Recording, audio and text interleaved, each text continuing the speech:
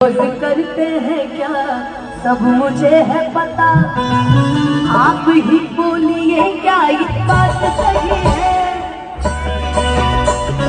सही है। तुमसा कोई प्यारा कोई मासूम नहीं है, तुमसा कोई प्यारा कोई मासूम नहीं है।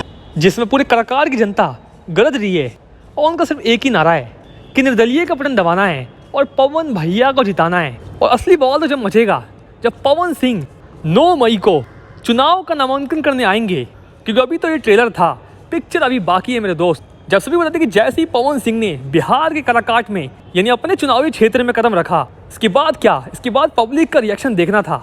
जो इतनी संख्या में भीड़ हो गई जिसकी वजह से एक साथ इतने सारी पब्लिक को काबू कर पाना सबकी बस की बात नहीं थी।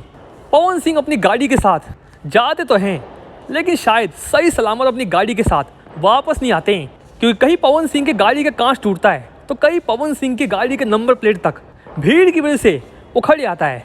और शायद अपने आप में ये पवन सिंह का स्टारडम बोलता है, ये पवन सिंह की फैन फॉलोइंग बोलती है, क्योंकि इस भीड़ को देख के शायद बिहार के बड़े बड़े नेता भी चौंक गए हैं।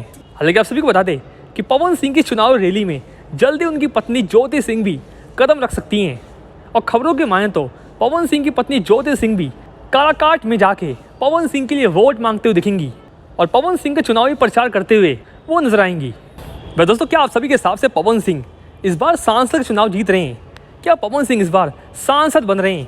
अब जनाब आप सभी कमेंट बॉक्स में जरूर बताइएगा। और इस वीडियो में इतना ही, मिलते हैं नेक्स्ट वीडियो में। धन्यवाद।